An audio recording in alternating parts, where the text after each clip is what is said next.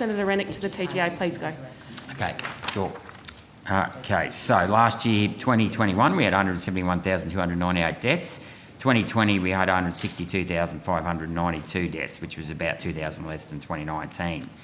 The rate of deaths increased in May by about 1,000 a year, so it jumped by 1,191, 987 in May, 1,577 in June, 1,396 in July, and 495 in August over the prior months. Now, the reason why I'm targeting on last year's increase in deaths was that there was very little COVID in the community. Well, there was the outbreak in December, but between May and August, there were 13 deaths from COVID in July and 90 in August and none in May and June.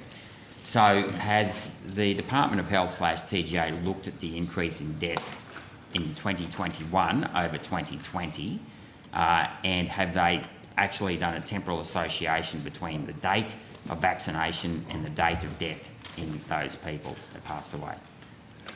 So, Senator, for your question, I'll start, but I'm not sure if John is... John's still on. So just in the general issue of death, I can just say that we do look at excess deaths, which I think you're referring to there in terms of the Australian Bureau of Statistics figures.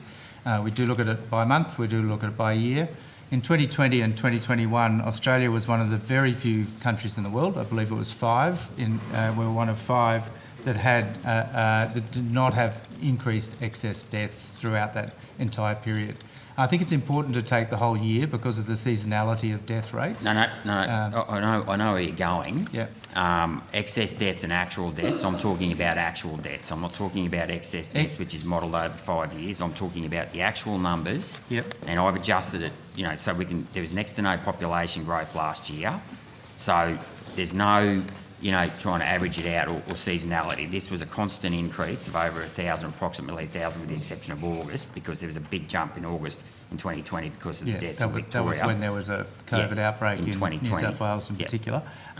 So I think in terms of deaths, I think the 2020 and 2021, I understand what you're saying about the comparison with previous years, but it's not that's not modelled. That's actual numbers exactly of deaths. Right. And I deal in actual actuals. Numbers of deaths. Yeah. I deal in actuals too. So that I just wanted to clarify that, but I think your question specifically goes to adverse events following vaccination. I think Professor Dr. Skerritt is best. I will touch on adverse events later on, but I want to know what the temporal association, so the time between the date of vaccination and the date of death, and I've just had to confirm by the ABS that they can do that data because everyone had to download a digital certificate if they wanted to go anywhere. So it should be possible to track date of death back to date of vaccination and then establish a temporal association between vaccination and date of death. So I'll turn to Professor Skerritt because he's the one that can talk through the process that we go through in relation to that. Okay, I'll talk through the process of identification of causality with deaths before, but just on the Australian Bureau of Statistics numbers, on their website they emphasise that they cannot be used as official estimates of excess. Sorry, could we have the volume turned up? Yes. Sorry? Just the volume. Broadcasting is just adjusting your volume. Sorry, can you hear me? Yes, that's great. Thank you. Continue. Oh, good. So the Australian Bureau of Statistics emphasise on their website that the statistics that they put out cannot be used as estimates of excess death. And during that period, a number of actuarial experts have come out and emphasised that if excess deaths were due to vaccines, the actual increase in deaths would have been on the younger people. And if you look at the age breakdown of those excess deaths, they are largely in the over 75s. As far as your other measure, that can be done. Of course, looking at a time lag between vaccination and death doesn't necessarily infer causality. No, I realise it doesn't necessarily, but it might infer causality. And can I say between April and July, the major cohorts that were vaccinated were the older people. And you're right, it's the older people who've actually had the rapid increase in deaths of about 10%. because the younger people are all locked down, so their death rate fell because they weren't having workplace accidents. So I'm familiar with that. But yet again, you've got a responsibility here, given the jump in deaths from May onwards. You cannot rule out that it was from the vaccine, can you? We look at, as I've indicated before, we look at every death that is reported as potentially being temporarily related to vaccination, and we refer those that are of particular suspicion to a committee of external experts. In that data, there were also increased numbers of deaths that were attributed to cancer, dementia, and ischemic heart disease. And of course, during lockdown, there were fewer other infectious diseases because of social isolation. So the ABS statistics have not been seen by, as I say, by any of the professional groups, such as the actuaries who make a living out of doing this, as being associated with vaccination. Well, have you done a correlation between the date of death and the date of vaccination? Just a simple yes or no. Have you actually established for the cases where there are deaths reported, we do look at the date of vaccination, and we don't see a correlation. Can you please provide a copy? 1 week and die the next. Can you please provide a copy of of those deaths, date of deaths, and date of vaccination, please?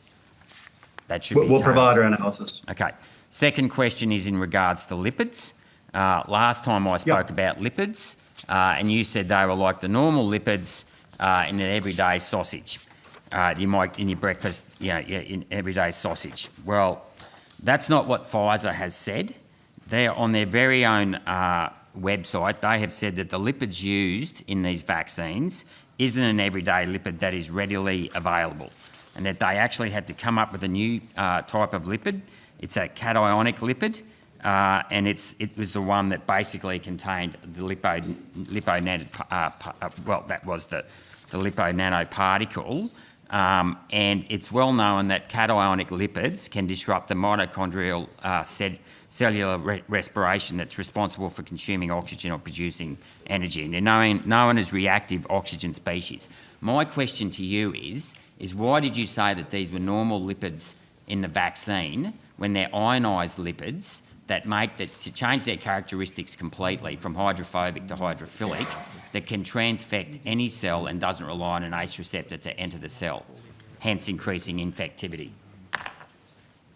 So first of all, lipids and lipid nanoparticles do not rely on ACE receptors to enter cells. I think you've got your biochemistry confused, Senator. There are 4 lipids in the lipid nanoparticles, 4 different lipids. 2 of them, as I indicated earlier, are naturally occurring bodily lipids. So in the lipid nanoparticles, we have cholesterol and we have diasteryl phosphatidylcholine. Now, both the Moderna and Pfizer vaccines do contain 2 other lipids. These lipids have been used in a number of other products.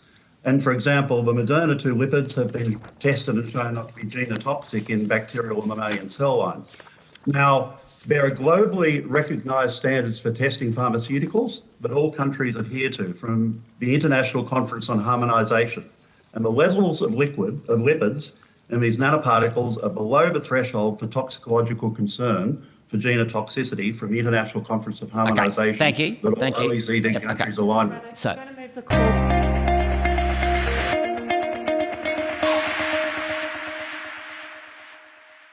Authorised G. Rennick, LNP Chermside.